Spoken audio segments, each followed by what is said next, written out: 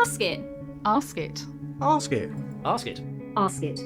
Welcome to the Ask It podcast, a blend of spirituality, philosophy and psychology, which rather than providing answers, considers good questions. Welcome, wise ones. Today we're talking to psychotherapist and hypnotherapist Tom Lawrence. Amongst other things, we're going to be asking him about his experiences with past life regression. Thank you ever so much, Tom, for giving your time to me today. Really appreciate that. Oh, you're welcome. As you might have noticed, I'm already recording. Mm-hmm.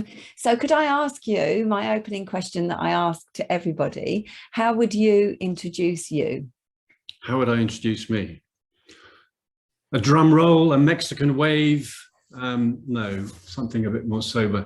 Well, as an individual, I work with people one-to-one in psychotherapy, and I've been working one-to-one with people for over 20 years. I started life, well, I didn't start life, but I started working one-to-one with folk in acupuncture and Chinese medicine. But I found that the work I was doing was more erring towards working with people's minds, because that's where a lot of the bodily problems seem to originate from. In fact, some people would say that's where it all comes from. Yeah.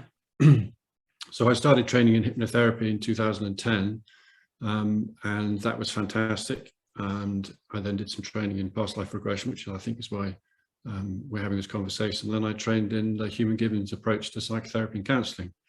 So that's what I do. And I've written a book called Smiling the Moon, which it was written in about 2006, 2007. Started anyway. I had an acupuncture practice in Pitlochry, which is at the beginning of the Highlands in Scotland. And I recently moved up with my wife from London.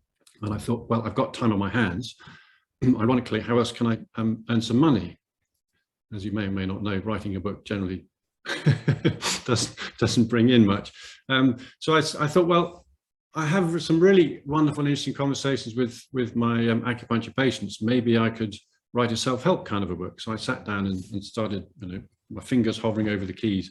And these two individuals came to mind, and these two characters. So I just started typing what was coming to mind, and it just went on and on and on. And yeah, it eventually became a book published by Hay House. I find that fascinating that these two characters appeared and you were compelled to write the book. It's almost as though they were telling you what the story was going to be. Exactly. Yes, yeah. I happened to be their tool. Yeah, and I'm really fascinated. As an aside, I'm really fascinated by writing, poetry, words. I write modestly. I'm certainly not an expert writer, but I enjoy writing, and I write short pieces. And I can often sit there for quite a few minutes trying to find exactly the right word. It's very important to me. And so I've kind of explored this whole subject, and it fascinates me, the idea of a muse, or how, very often authors say that the characters speak to them and almost dictate the work. So I find that really fascinating.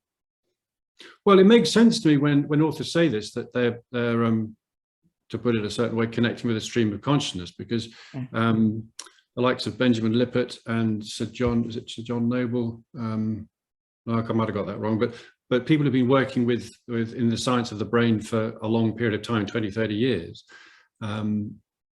They have concluded that there's no real way, I think it was Benjamin Lippert who said there's no actual proof that memory is stored in the brain. No, exactly. And I've heard it said from more spiritual sources that the brain is merely that in our body which interacts with the field of energy around us. So it seems to me to make perfect sense that there'll be energy around here that might can be tuned into. And you've probably, as a psychotherapist yourself, used the kind of analogy of if somebody's being troubled by negative thoughts, to change the channel. I remember using that analogy with a 14-year-old girl, and she looked at me very quizzically. What was I talking about? I realized that she'd never seen an old-fashioned radio where you tune the channel. Yes. That makes perfect sense. Yeah. And I think you generally find that people are on either side of a fence, which is either you believe that consciousness emerges from the workings of the brain, or that consciousness is primary and works through the brain. And I tend to err on that side. For me, that consciousness is primary. Well, I can't see how it could be anything else, frankly, but yeah. But lots of people argue that, of course. Well, yes, and I mean, how would they explain being aware that they've slept well after a night's sleep? Yeah, where are you in sleep? That's a whole nother fascinating subject, isn't it? Well, it is, but there's that awareness that I've slept well. But how would you know if you haven't been at some level conscious throughout the whole experience, and if the brain goes offline, in essence, to what we would call normally conscious anyway. I think it's a fascinating subject, and certainly for me, I think you and I are in agreement of where it is. Yeah. So before we get into the kind of juicy stuff, I was looking at your website, and I was looking at your history. And so initially you were working within the media.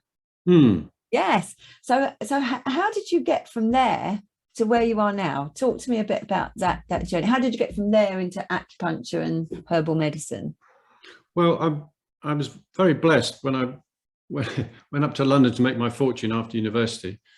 I had this sense that there was something I was supposed to be doing, and I took on a job and I gave it 2 years and threw my heart and soul into it, and kind of thought, no, this isn't it. And then I'd start something else. And then eventually in my early 30s, I woke up with a knowledge, and I can't put it any other way, that I was going to be an acupuncturist. Now, I wasn't new to acupuncture so much that I used to go and see a friend once a month. And that started about in my sort of mid to late 20s to de-stress. And also I found, because she was older and wiser than I, somebody I could talk to, because if I was having relationship problems, the only outlet really was down the pub with my mates, and they weren't the best counselors, I've discovered. Yeah. You can imagine. So I had this knowledge, and it was ironic because I'd only been married at that time 4 months, and I waited 2 weeks before I said to my wife, I've got this in me and I need to do it, because it was still there, because I've learned that one can get intuitions or have ideas come, and if they're real, for me, they hang around. And it did. So I chucked it all in and started training, and in essence it was like a calling. So I'm very grateful for that, because it started me on a very wonderful, interesting journey. Yeah. And so you had your acupuncture and herbalist practice, and then, as I understand it from your website, you moved to Edinburgh, up into Scotland anyway, to set up your health clinic. Well, without going into too much detail, because it's personal, we moved up. It was my first wife. We moved up, and I needed to restart my career, so to speak. And I was able to find a little property in Pitlochry, just off the high street, and set up the Pitlochry Acupuncture Centre.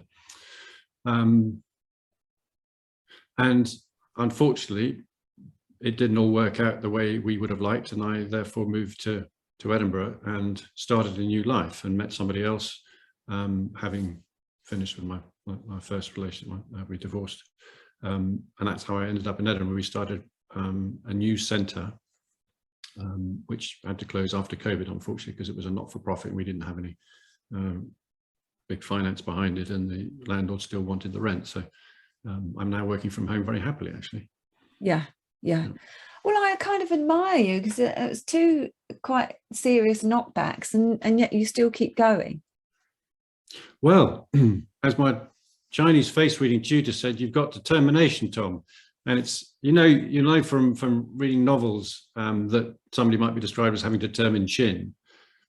Well, in Chinese face reading, if your chin is slightly prominent, then you've got determination, and that is a gift. When perhaps others might be flagging, you keep going. Yeah. The flip side of it, as you know, it's like a coin, these talents or gifts. The flip side of determination is stubbornness, and not knowing when to let go and when to stop. Yes, indeed. And maybe overworking. Yeah. So you've hinted at spiritual matters. Have you always been spiritually awakened? Were you as a child? What was your background in that regard? Well, quite normal in the UK anyway, in so much that we're in a Judeo-Christian culture. My parents took us to church every Sunday. I went to a school where we had to go to church every Sunday, in fact, during the week as well. So I had that kind of conditioning, if you like. I remember my father was in the army. We were posted to Kenya, and we were out in safari one day, and we were driving a Land Rover on a ridge, so there was no left and there was no turning right either, and there was a huge rhino that appeared right in front of us, and it didn't look good. No. I think I was 12 at the time, and I just piped up and said, "Don't worry, God will look after us."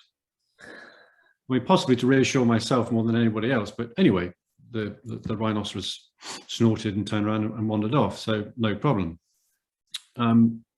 I think I've always had some kind of belief that everything's going to always be all right, and I think that might come from some kind of awareness, and I would say from perhaps previous existences, that there is something else at work. But it wasn't until my mid-20s where I began to look to reduce the unhappiness in myself by starting, if you like, a personal development journey, that I became more aware, and I started reading books. In fact, my acupuncturist said, the sort of questions you're asking me, you need to go to a spiritual teacher with.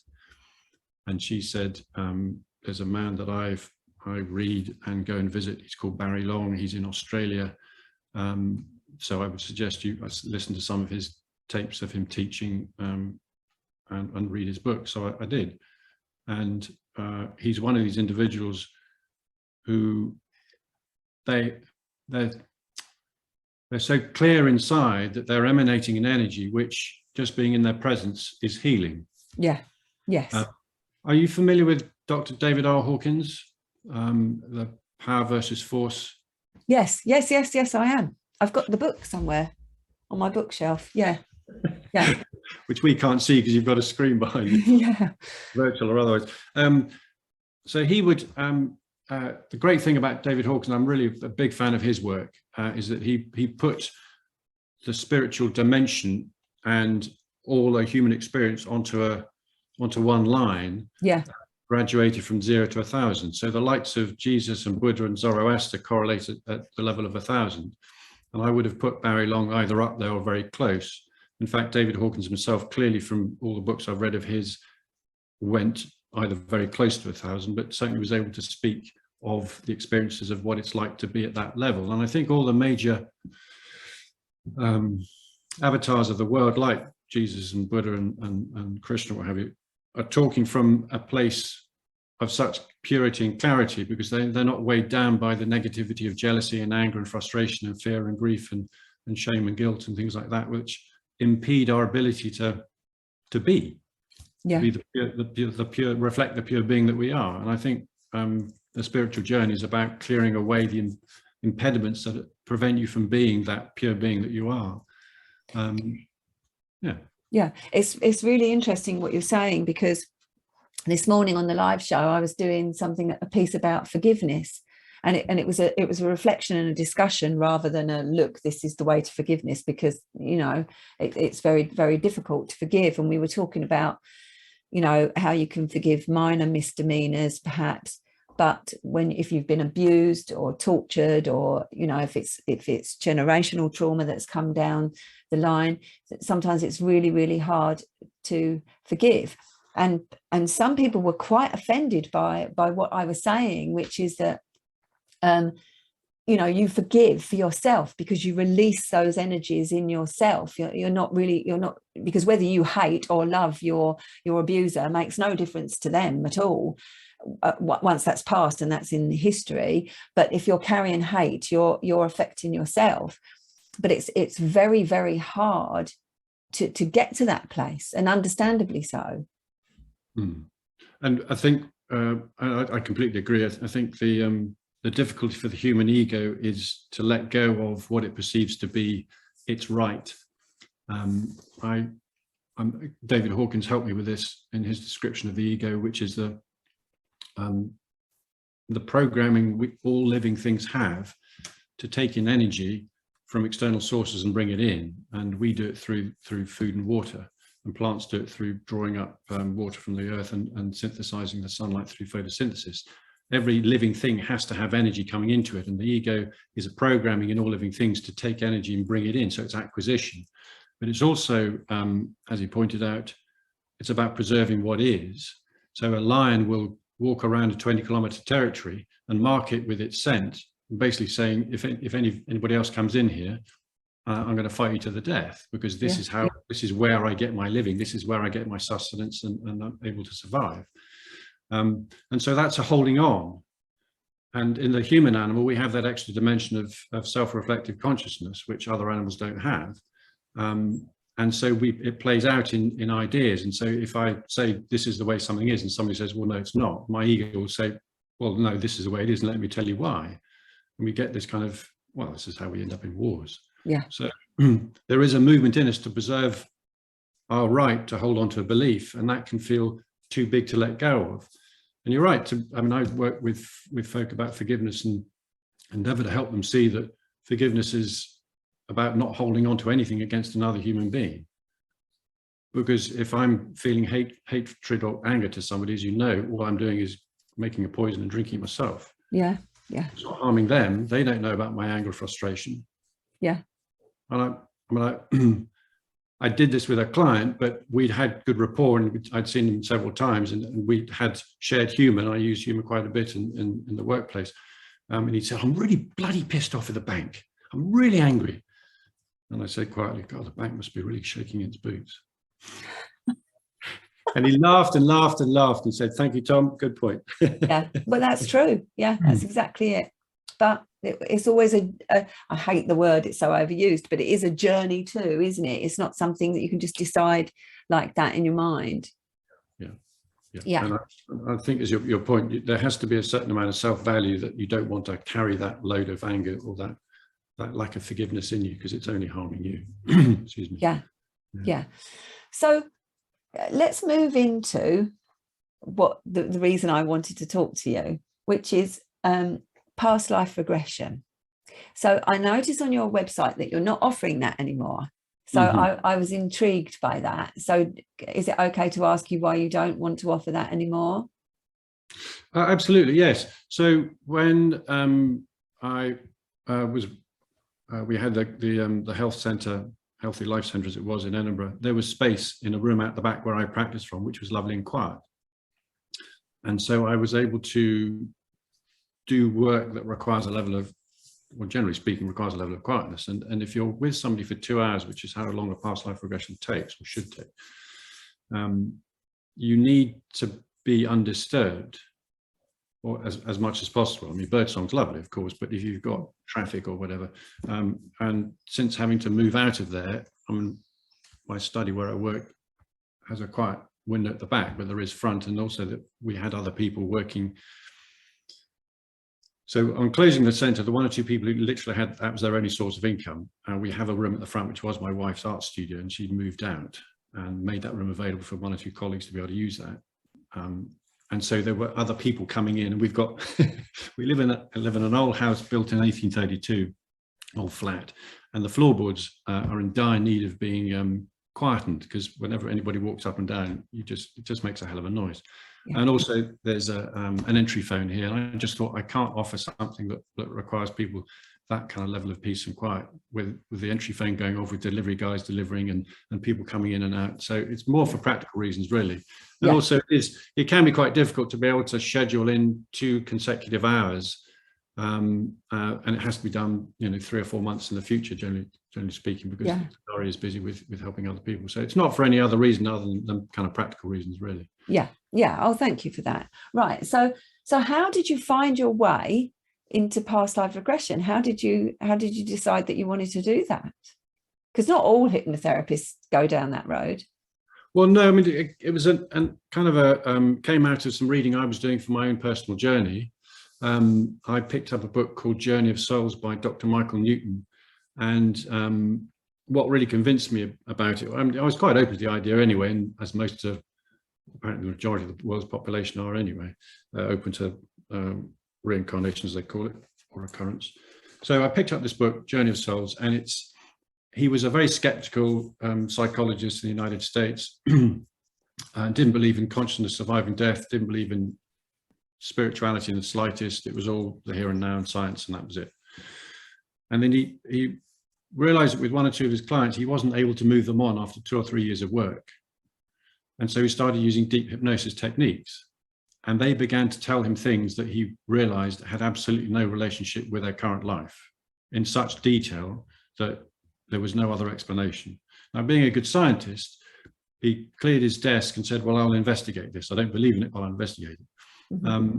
And as happened with one of his, there always has to be a first one, the client in deep hypnosis was talking about rising above the body and seeing her body surrounded by her family, as she, in essence, it was what we call the death scene. And he, in essence, the soul that was experiencing that then went on to a dimension between lives, and that's what really interested him, and that's what the book is about, what happens between one life and another life. And because it didn't happen once, it happened hundreds and hundreds of times, because he literally really went into it with a lot of research, and so saw a lot of clients, that they were saying pretty much the same things again and again and again. And there comes a point you think, well, maybe this is the truth. Yeah. Now we have a limit. We live our lives very much. I mean, this is again where David Hawkins's scale of consciousness came in, because there's an ancient phrase that fascinates me, and it goes, knowledge that passes all understanding. Now, logic and reason on the David Hawkins's scale of consciousness goes up to 499, and then 500 is the level of love, and then at 600 is joy, and then at 650 I think is peace. But anyway, our logical rational mind can only go so far, and it's like the logical rational mind is like a Ferrari on tarmac. It can go really fast and go super fast in a straight line. It can go really whizzy fun around corners and what have you, but put it in front of a farm gate and open the gate and say, look, there's a ploughed field, go over it. Can't do it. Yeah. But there is something that is in us that is able to go into that field and experience what a human being can experience. So he was convinced enough by the research that he did to write a book, and he thought that would be the end of it, but it produced such demand in its readers that he wanted another book, another book. So having read that, it opened up the possibility and the idea. And then having trained in hypnotherapy, I met a colleague who had trained the Michael Newton method with I forget who the trainer was, but anyway, and I went on the course and trained. So that's how I did it, and I'm really glad I have. I mean, you may not want to say, but have you had remembered experiences of your own past lives?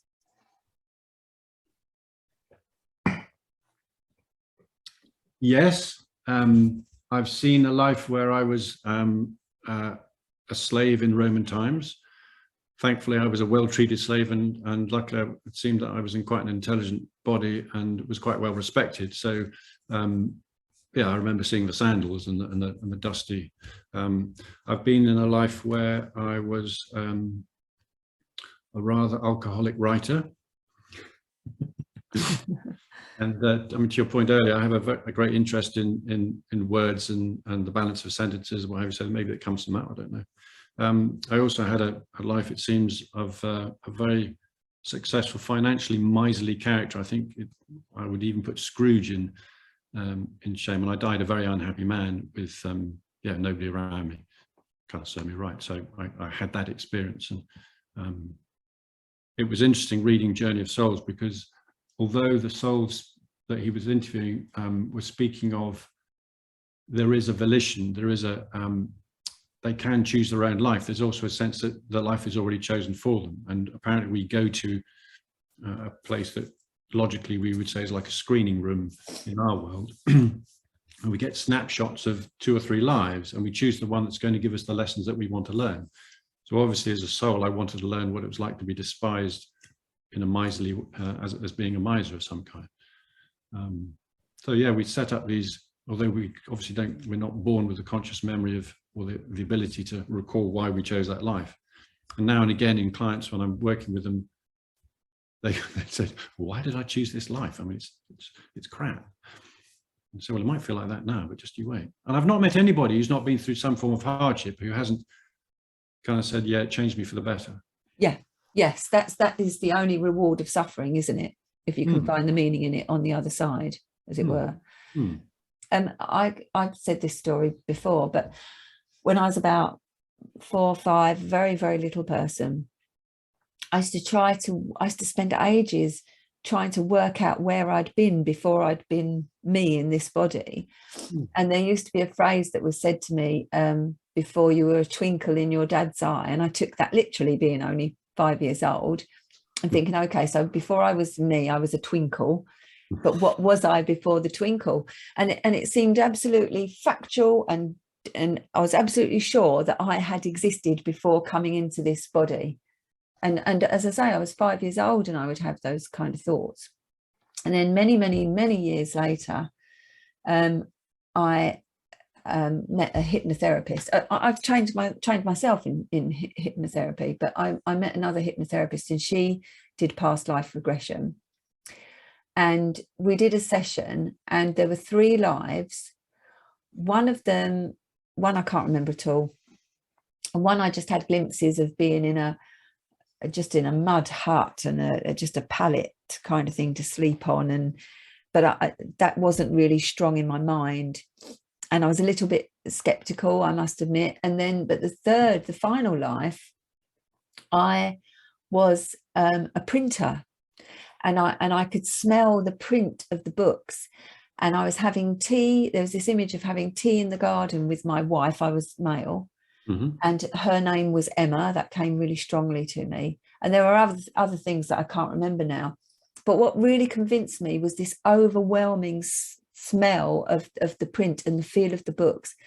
And now I've said to my family, never ever buy me a Kindle or anything like that, because I have to have the book. I have to have the feel of it, the smell of it. If I'm going to read, I can't bear reading on a screen. It's got to be the book. And I love books just for their own sake. I might not even read them all, but just books for their own sake.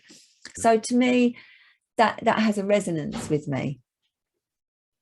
And extraordinary how you had that knowledge at age 5. Did it last in you, or did it go to sleep therefore and was reawakened a bit later? No,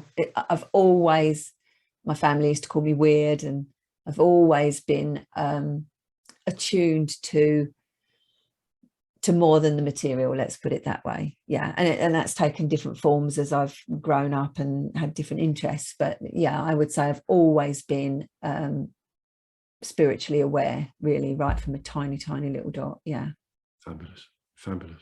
And I mean, to your point about the mud hut kind of a life, a lot of clients that I've worked with in the past see those kind of lives, and they are very simple, they're very hard. And I mean, let's face it, perhaps 1% of the people on the planet can be really wealthy, and really wealthy in times gone by would have been just having a bigger hut with 2 fireplaces, compared to the peasant life that surrounded them. And we've all been through that life, that peasant life. Absolutely. I mean, you can't suddenly jump up to being a very sophisticated, intelligent life. And I suppose, but the majority of lives are very mundane, aren't they, in their own way? But have their own imprint of meaning. Yeah.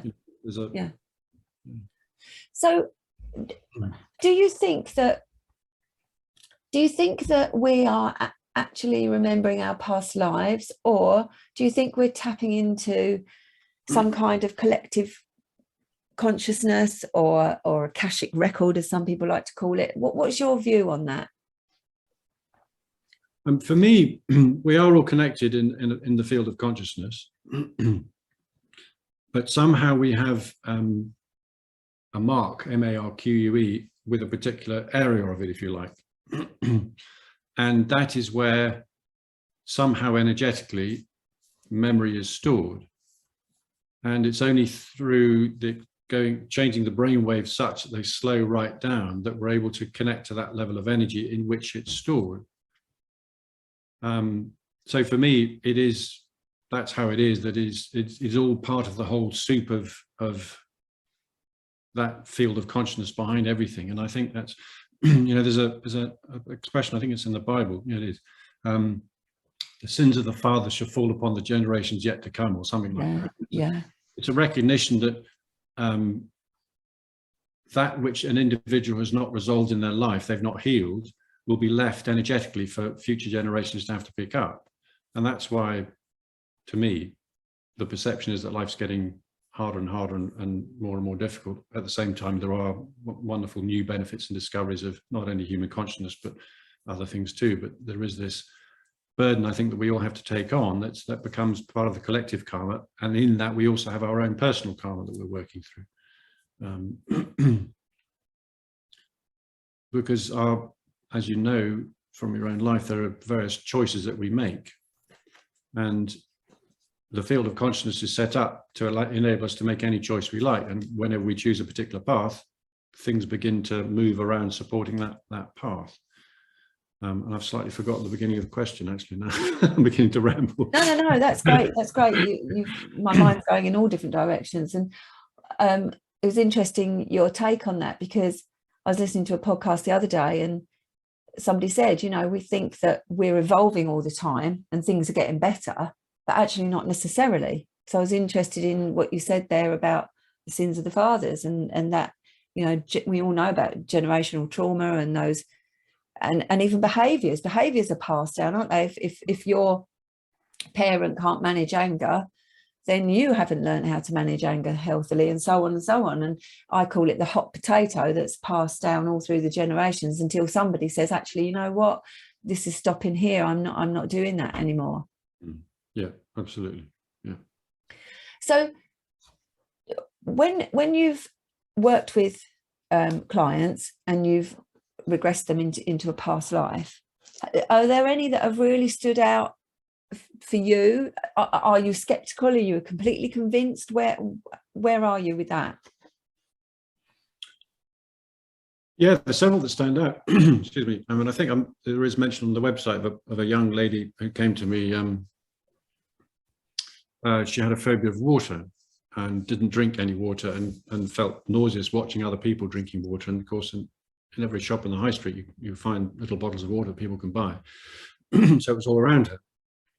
And she went back to a life when she was part of a nomadic group navigating by the stars around the deserts of the Middle East somewhere. And their only form of liquid was either camel milk or from stews and soups, mainly stews and camel milk. The camels would drink from the water of the wells, but they never did, for fear it might be contaminated, which kind of makes sense, because any form of little bacteria could get in there and proliferate such that it could cause havoc to a human gut system. Yeah. And when she came out of that, I offered her a glass of water, and she took a drink of it.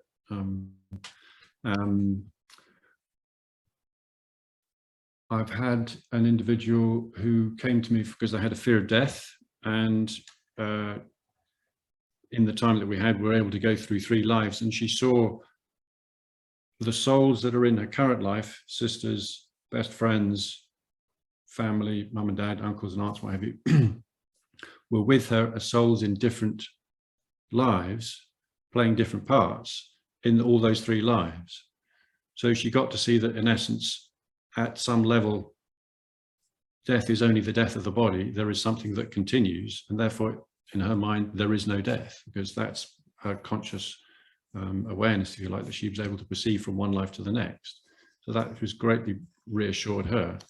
I had, in fact, the last, and when I realized it wasn't going to work, the last client I regressed, what was he? Oh yeah, he was a stonemason working on what we agreed afterwards, when we talk about it, was something like the Acropolis in Greece, because he was certainly in that neck of the woods. And what he described looked like what I've seen in, I've not been to Greece, tourist photographs of the Acropolis. And it was, I think, something that took many, many years, and he worked on it for a very long time. And when he came to the end of that life, it was fabulous, because in essence, what he did was he began to rise and rise and rise and rise. And I said, "What do you see?" And he said, "I just see millions of lights." And I said, "What are you doing?" He said, "I'm just floating towards them." And then the next time I asked him a question, he began to say, I'm in essence, what he was describing was beginning to recognize some of the lights as being some of the souls that were connected to him. And then he was reunited, and he said, they're all dancing around me. And he was just describing, just look at his face was just beatific. The energy that he was experiencing of being reunited in that dimension of love with those that he knows and loves and has known and loved in various lifetimes around. And he then spoke about what I mentioned earlier that Michael Newton spoke about, was going to a place to have a look at the next life. And he got to see that he'd chosen the life that he's in, and the reasons why. And what was interesting, I was slightly skeptical as to whether we'd be able to work well together, because he was a military man, and military folk tend to be quite rigid and following orders. And this kind of spiritual, ethereal stuff, just isn't in the military thinking whatsoever. Yeah. But he astonished me, went straight into a very vivid life, and we spent about an hour going through that life, and then through the death scene, but then into these into the interlife bit. And unfortunately, just as is the way of things, it comes often down to practicality. We had to finish the session, so I had to bring him out of that. But it would have been fun and nice and interesting to stay with him in that level and just explore that dimension a bit more. Yeah, so amazing and so uplifting. Yeah. So when you've done this work, do people come saying that that's what they want to do, or does it emerge naturally, or what? Well, folk have come because there's a problem that they have that they can't find any solution to through any kind of counselling work or whatever they've had, or they can't see why there's any reason in this life it would be occurring. Now, sometimes folk do come with that, and then I talk to them a little bit and realize that it actually is something to do with their childhood. So we do a normal therapy session on that. And sometimes that's enough for them. Some people just come because they're curious. They've read about it. I used to get a lot of people who would be reading something in a spiritual magazine and go, that seems like fun, I'll give it a go. And it was like, well, generally speaking, with those kind of folk who just wanted to kind of have the experience that they could talk about to their friends, they weren't doing it for the right reasons, in so much that they weren't looking to expand their self, expand and develop. They just wanted to feel like another notch somewhere to own and talk about and get a sense of attention and importance from, which is fine. But generally speaking, it doesn't kind of work. But I had a lady come to see me who works in the medical profession, and a wonderful woman who was, I mean, clearly, as you probably experience in your own practice, that when you meet somebody for the first time, there's an awareness of the energy field that they are. Yeah.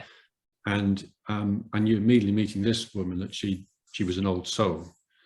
And interestingly enough, I mean, I was talking to somebody about this, the very term an old soul is some kind of recognition that somebody's been here before, because it's normally associated with children, and how would they have that level of wisdom, experience and insight that's being referred to as an old soul if they hadn't? Anyway, so yeah. She came in, and she's what was it? Yeah, that's right.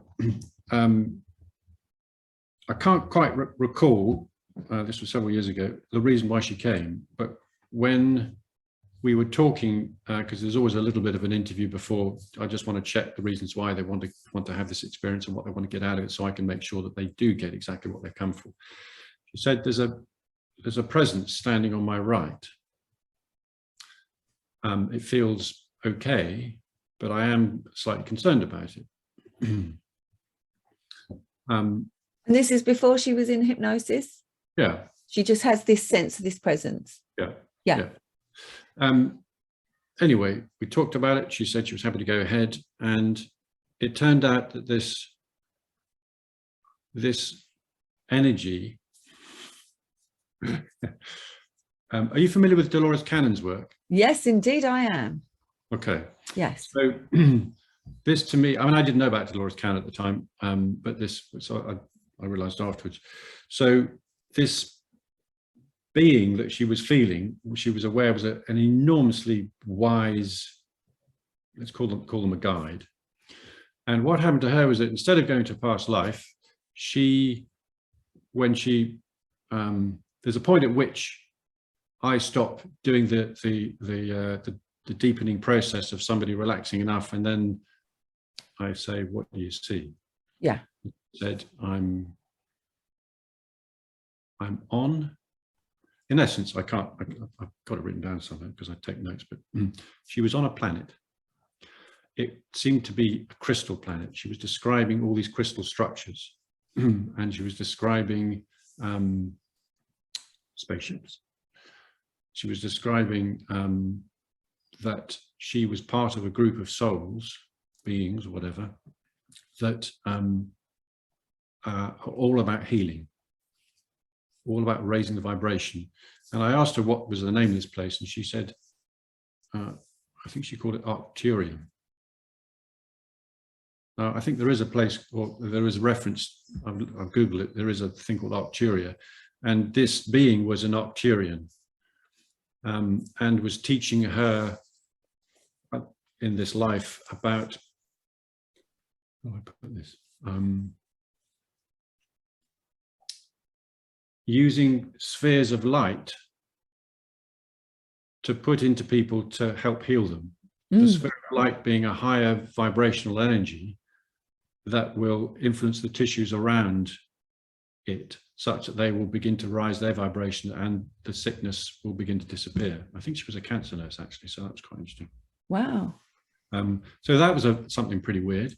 But it makes sense to me, certainly having read David Hawkins's work, about how high vibrational people have a healing effect. And I think this is why, you know, the likes of Jesus were credited with healing people just by their presence, because of the strength of the energy field, the power that's coming through them.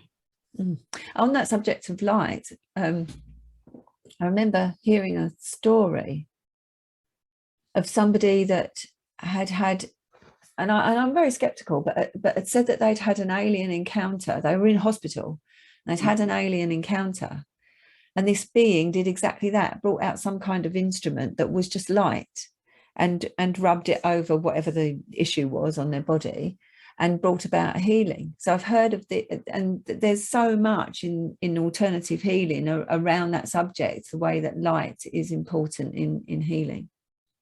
So was she herself able to heal? I mean, she was a nurse anyway, but was she able to heal after that, or to perform healing?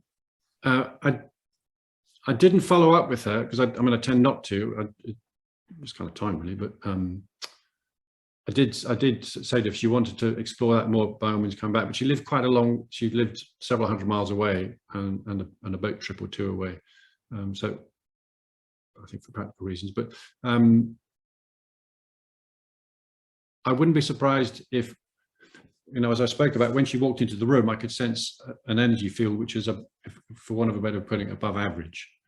And I would imagine that the whole experience that she had and the insights that she had would have raised her vibration such that if it was the karmic direction for somebody to be healed, then she would be able to facilitate it. Yeah. But she was, as is often the case with wise people, that they don't take credit for it because you can't. It's a field on which, an energy field on which we are and we're experiencing, but we're not the source of it.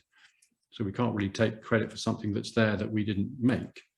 In the same way that we discover electricity, we don't make electricity, and we understand the mechanism of doing, but the fact that it's able to be made is a clue that there's something behind everything, to me. Yes, and we all need, the ego in us needs validation and recognition, but beyond that's just something of the ego, isn't it? And if you know, when you really are connected with another soul, that's irrelevant.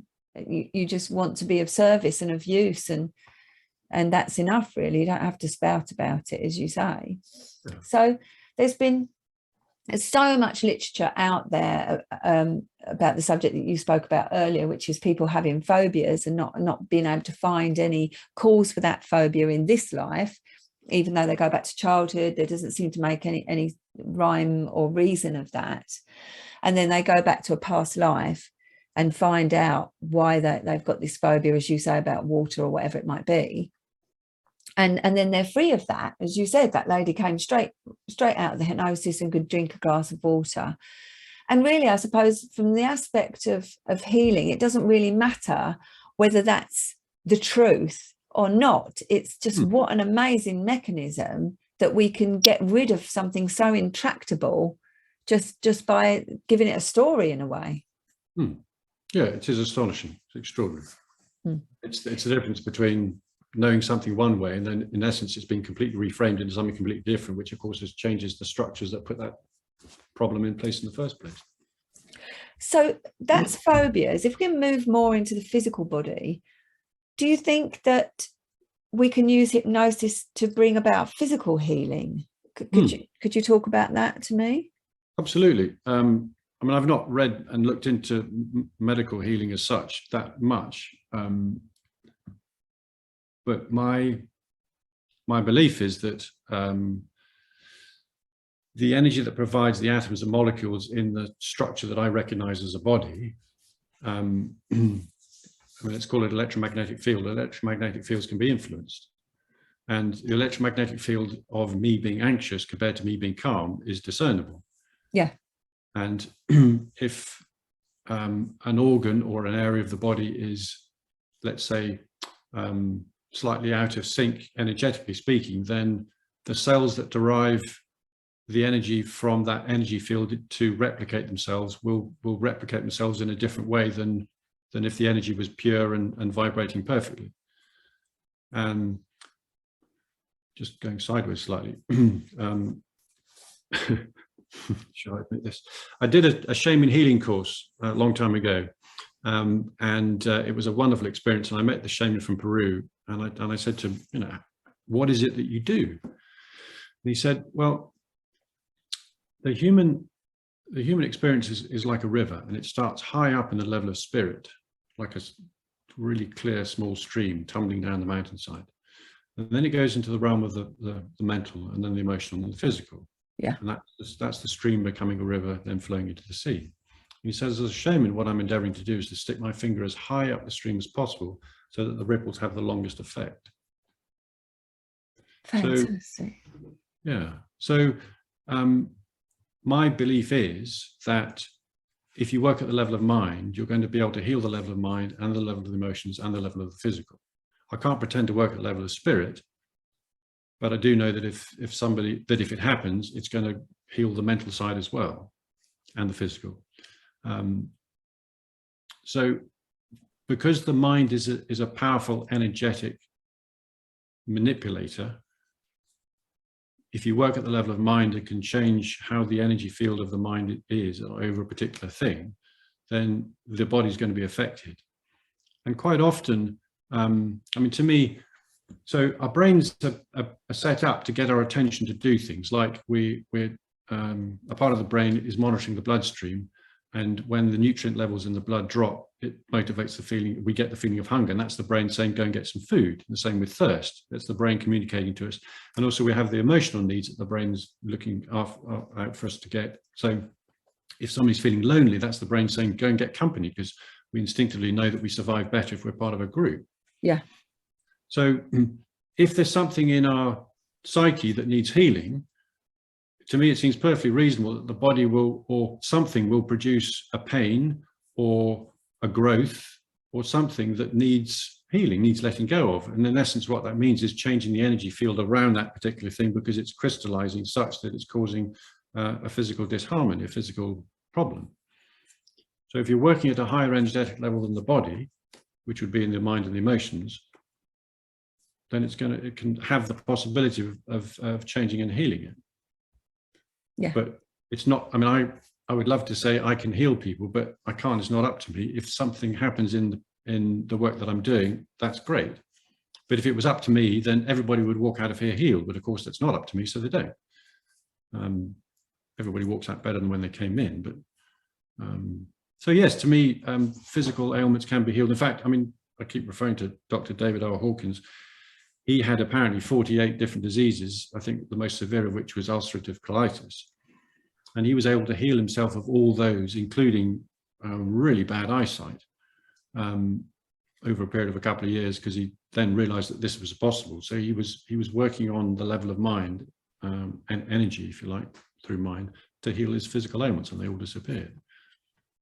So, I mean, that question is quite personal to me, because I've got a thyroid issue. I've got Hashimoto's, which is when your own, you attack your own thyroid, basically. Your autoimmune system attacks your thyroid.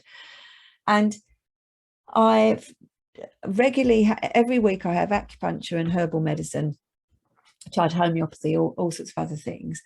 And that's supported me and kept me alive. But in the finish, because I didn't want to be on the thyroxine, the synthetic thyroxine. So I came off it for 2 years, and I tried to survive on acupuncture and herbal medicine, and it kept me alive. But I would say I was functioning at about 75%. And so I had to give in and go back on natural pig's thyroid. But that's irrelevant, really. What I'm leading up to is that I changed my whole life. I changed everything I could think about. I changed my diet. I had my fillings removed. I changed because I was realizing I was overworking. So I changed my whole diary. I changed absolutely everything I could think of. And still it's conquered me. And I'm considering thinking about having hypnosis. Not that I'm implying it's anything from a past life, but somewhere in me, I'm not getting the message. I'm not getting the message. And I don't know whether it's, I had my tonsils out when I was 5 or 6. And I'm wondering whether there's some trauma from that in this area. I don't know, but I'm thinking about, having some hypnotherapy to sort of go back to see if I could find the source of this. So is that realistic? I'm not saying is it realistic to ask to be hit, but is it realistic that I could use hypnosis to find out, okay, what am I missing here? Do you think that's yes, yeah, absolutely. I mean, you could possibly do it yourself as an individual if you did some meditation for a bit and then asked to be shown the source of the condition. You might be taken back to childhood when you had that, or you might be shown something completely different. Yeah.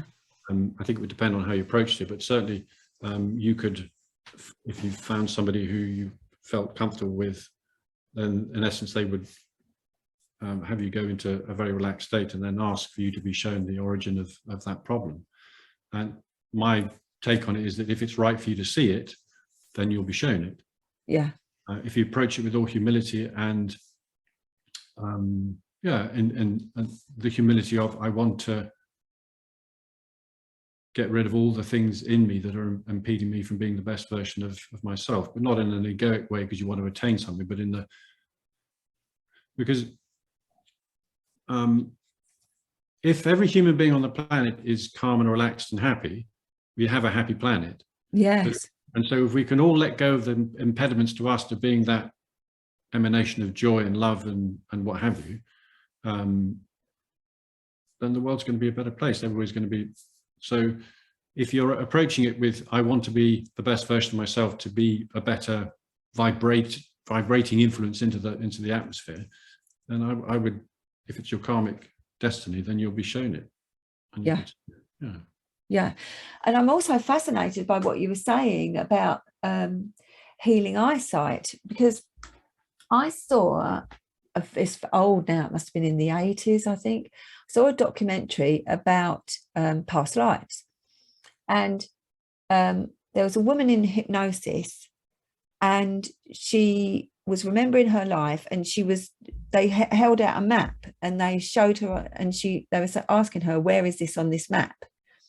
And she pointed to it.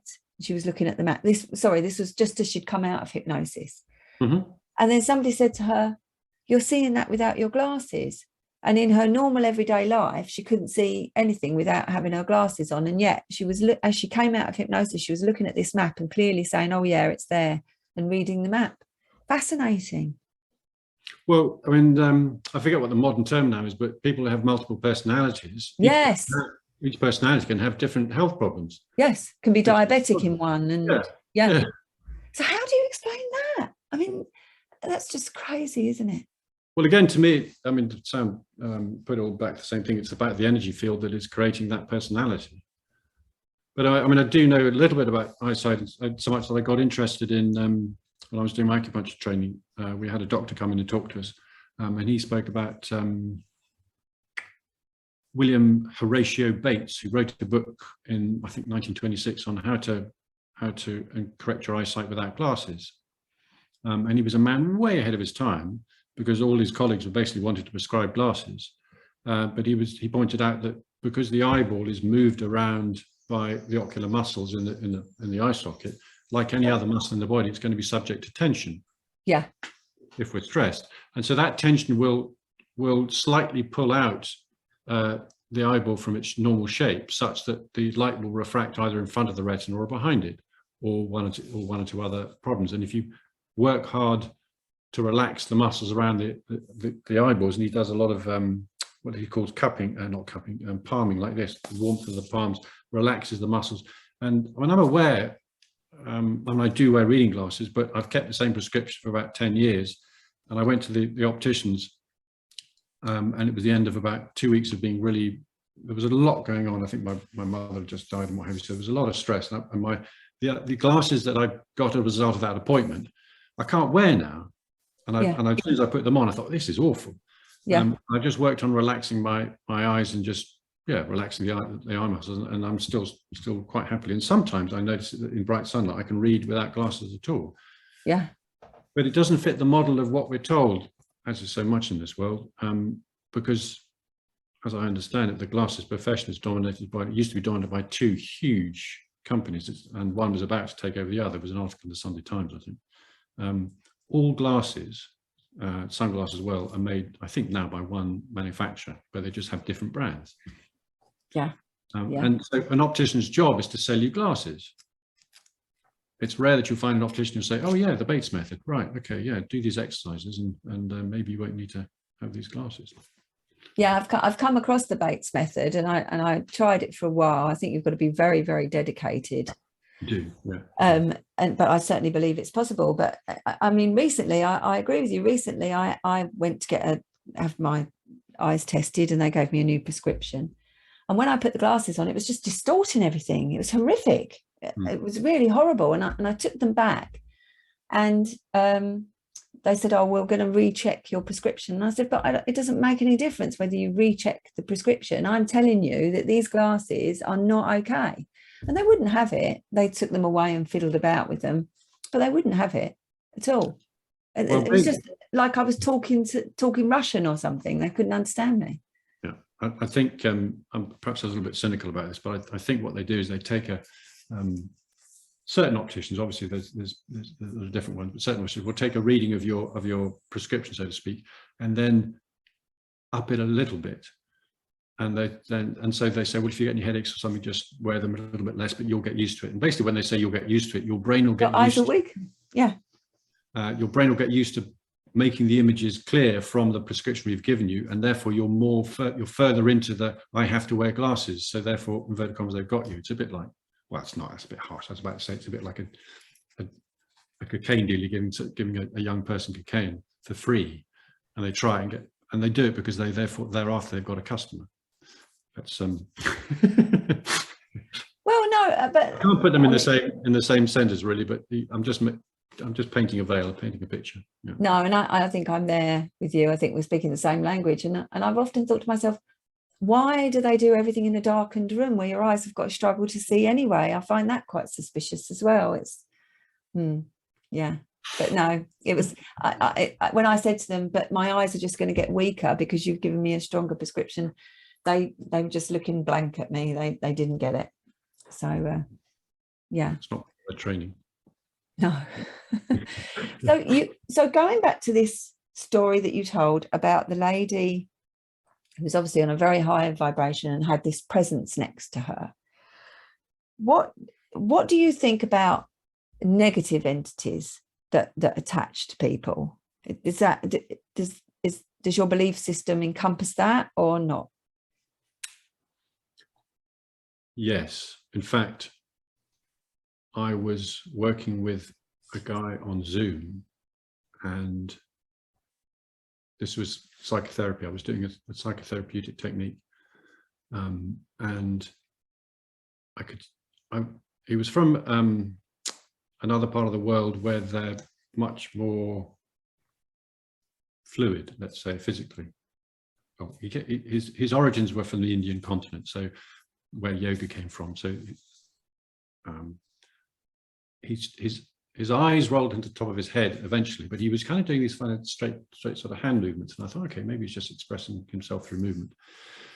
But then his eyes rolled back, and this strange voice came out of his that was nothing to do with the voice that I'd heard, in a really kind of Gollum-esque, I mean, really nasty sounding.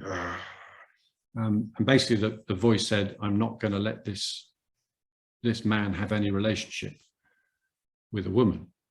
And I was speaking to a man who was in his late 30s, early 40s, and still was a virgin, so to speak. And apparently, I spoke to him about it afterwards, when it took quite a while to get him. I had to struggle to get him out of that situation, but it worked. Because I'd done some at the beginning of the conversation with him. In fact, it was our second meeting, so I knew that he had a strong spiritual element, and I knew that there was a particular spiritual teacher that he had an affinity with, and I said, focus on that, the image of, bless you, focus on the image of that teacher, and just focus on that image, and that's what brought him back. But it transpired that this had happened to him before, and he went to see somebody who was supposed to be able to extract these entities out of people, and apparently it transpired that him, the soul in that body that I was talking to, had, I think, raped somebody's wife, and it was the husband or somebody of that, the husband of that wife, after it had died, was hanging around the earth waiting for him to be able to inverted commas, ruin his life. Wow. I think so for me, as it's been explained to me, when the body dies, the soul that we are has the opportunity to go on to the kind of dimensions we've been speaking about earlier. The emotional energy that we haven't yet healed will hang around the globe, and that becomes part of the energy field that we all have to pick up and work through to in essence, heal. But particularly, I think, associated with kind of what I would call baser dimensions, like sexual depravity, that kind of energy. If anybody's perhaps been associated in their life with that kind of energy, then I think that can hang around close to the earth, such that we can create a psychic bridge in our minds. If we connect to that kind of energy, it can come into us. And so what, in essence, this man needs to do is just completely and utterly focus on devoting himself to being to higher vibrations, and that lower vibration won't be able to get into him. But yes, I think definitely there are. I mean, there are. Yeah, you probably would have seen people sitting on a park bench who don't look as though they're completely entirely in control of their own body and mind. Yeah, yeah. So you would say that negative entities have been human? As I understand it, yes. I mean, there may be. I mean, I mean, this is out with any reading or yeah. But I think I was reading something somewhere that or somebody was suggesting in a conversation that there had been some kind of external life forms, or not forms, I say, life beings, or some kind of energetic beings that had come into human beings on the planet and tried to disrupt things. But I think that inverted commas has been eradicated. But I don't really know anything about that. I'd have to go to the Gaia channel for that kind of a thing. Because there's a number of psychotherapists, particularly Jerry Marzinski, who's from the States, who are now saying that they believe certainly schizophrenia is entity attachment, but also intractable depression and things like that might be entity attachment rather than anything to do with the person themselves. And for me, I think it's highly possible, but I remain healthily skeptical, I would say. my take on the schizophrenia is a bit different. Schiz, it refers to schism, and it's like a parting of consciousness. And I think it's, I mean, from my experience of working with people who are schizophrenic, there is often a traumatic event that happens, and problems begin to develop thereafter. But often schizophrenic people can tell you the most extraordinary truths, and it's a bit like they're able to connect to frequencies and vibrations not of their own free will, that can be predictive, that can be give you clear assessments of other people, in the same way that if you went to somebody who was a gifted tarot card reader or that kind of, they can tell you things. But schizophrenic people are right. So our eyesight is apparently can only pick up about 1% of the potential visual field, and we're aware of ultraviolet and infrared and other wavelengths which we've developed machinery that can work with. Our auditory system can only pick up apparently about 1% of the auditory spectrum. So there's a huge amount of energy that we're just not aware of, because we don't have the inbuilt in us the equipment sophisticated enough to be able to read it. Although I think people can develop, and I think we all can develop a bit more than we have, to pick up more of these kind of psychic energy. But I think a schizophrenic is somebody who's able to be in that, well, not able to be in that field and be in what we call reality on Earth at the same time. So there's a kind of a schism between their realities, and if they're a danger to themselves and other people, then they have to be medicated. But if they, I mean, I think I've met one or two that are fine if they keep their stress levels low. They still have these psychic abilities, if you like, but are able to ground themselves at the same time. There aren't many people who can do that, but that's more of it for me. I don't see it as necessarily as being an entity.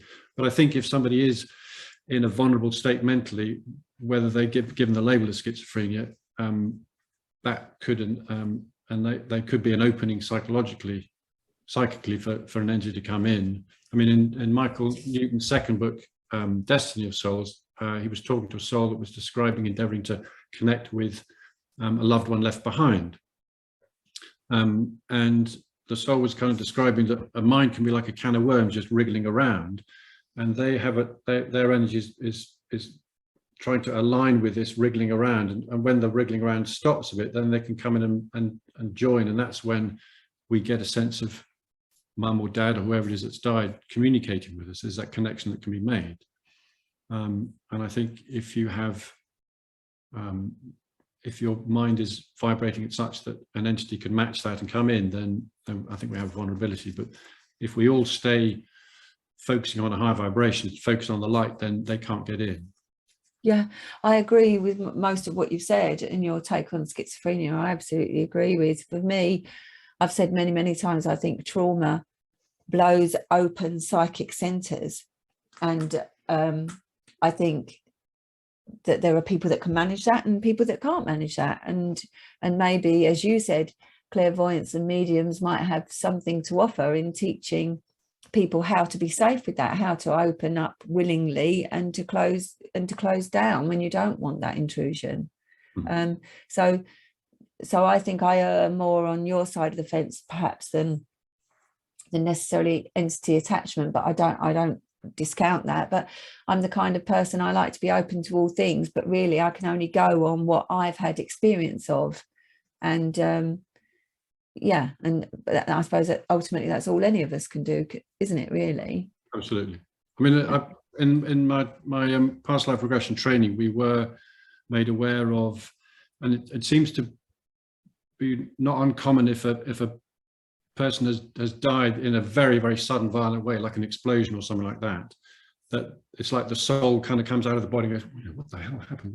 Where am I? What's going on? As opposed to, if somebody's lying in bed in hospital for 10 weeks and then the soul leaves the body, it's kind of like everything was I mean, that makes logical sense, and it's easier transition. So it hasn't happened to me in past life regression, but one or two colleagues have had to deal with entities that are attaching with the client that they're working with. And what they've done is used words along the lines of, go home. Asking before that, is there anything that they need or that can be done on their behalf? i.e. treating it in a compassionate way, but in essence, you may not realize this, but you are in somebody else's psychic system and you need to go home. And home is that place between lives. Yeah. It's a place that we all love being in. And so that word seems to have a real resonance with those souls, and most of the time they leave. How do you find, as so many of us have had to do since COVID, how do you find working online? Well, I see people most of the time face to face, but like a lot of people, I had to learn how to work online, and I mean it's a relatively easy jump thanks to the technology available. I found that I nod a lot more. Yeah.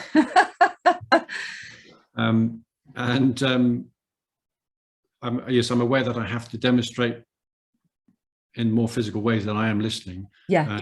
Not only through reflective listening and feeding back what I've understood. It is harder work, and I think it's got something to do with just staring at an electromagnetic screen. In that way, it is harder work, but no, it's okay.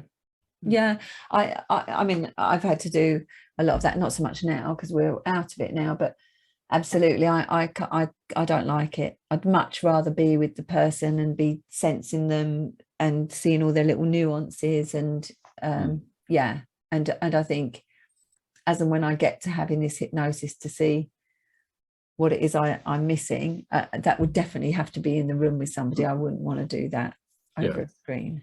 Yeah, I think if you're having a more of a coaching kind of conversation, then it's easier to do on Zoom. Yes.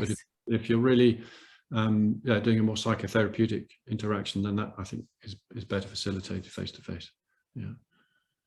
So, thoughts for the future, Tom? Well, I'd like to write another book. I did start. I had an idea that Smiling the Moon would become a trilogy, and I did start the second one, but kind of life got in the way.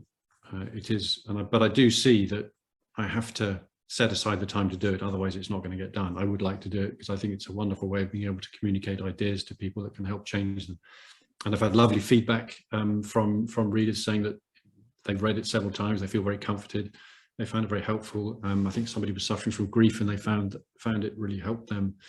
So I'd like to be able to be of service to more than just one person in the room with me by writing another one. I mean, the immediate future is going to be very much focused on my wife and I getting a little puppy. So that's going to. I've just got another one. I've just got one. He's 9 weeks. He's a little Jack Russell, and I've already got 2 Jack Russells, so I've now got 3. But yeah. So what are you getting? What breed? It's a Norwich Terrier. Oh, I don't know anything about them. And they're very much like a Norfolk Terrier, only that a Norwich Terrier has ears that pick up, and a Norfolk has ears that stick down. They're little brown bundles of fun. Lovely. Very calm, by and large. From the ones I've met, very calm, quite easy to go. I mean, like all terriers, they don't necessarily come back exactly when you want them to, but yes. Yeah. So when are you getting the little dog? Beginning of July. Yeah, so that'll focus the future a bit, but generally speaking, just continue doing what I'm doing, endeavoring to be of service to people, and getting rid of my own negativity so that I can be a greater beacon.